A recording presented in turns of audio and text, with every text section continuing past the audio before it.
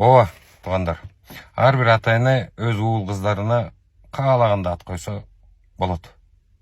Өзүңөр билесиңер, эч ким силерге жолдо боло албайт. Кааласаңар пакистанча, арабча, индусча, афганча, орусча дей каалаган атты ыйгарсаңар болот. Бирок кыргызда жакшы сөз бар. 100 жылда жер жаңы, 50 жылда эл жаңы дейт. Эми кыргыздар эмне себептен кыргызча ысым ыйгарыш керек өз уул кыздарына деп биз суранып айтып атканыбызды түшүндүрүп берейин.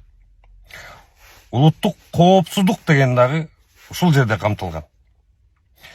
Мисал үчүн, сиздин атыңыз Умар, балаңыздын аты Усман, небереңиздики Абубакыр дейли.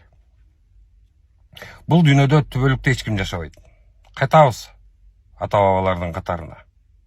Биз дагы бул дүйнө менен кош айтышабыз да.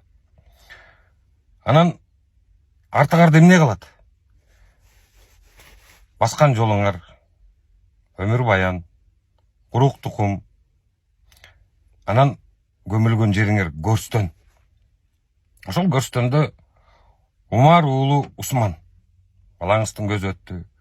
Андан кийин небереңиздин көзү өттү. Алар да түбөлүктүү эмес да.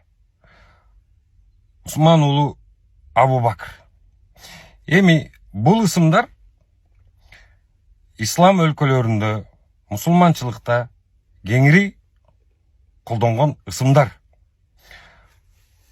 Бул ысымдарды пакистанецтер деле алып жүрөт, индустар деле алып жүрөт, арабтар дагы, орустар деле мусулманмын дегендер. Туурабы?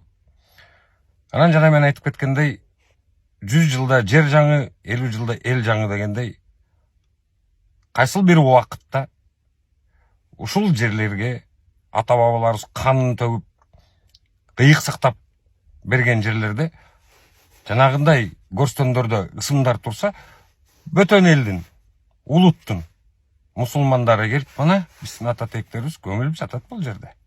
Биздин да акыбыз бар. Бул жерден жай алганга дегенге жол ачылат. Улуттук коопсуздук деген ушул. Биздин аталарыбыз кут кылып калтырып койгон. Жет ата түшүнүгүн, урук тукум түшүнүгүн, үй бүлө, уруу, эл деген мунун баары кут бизге.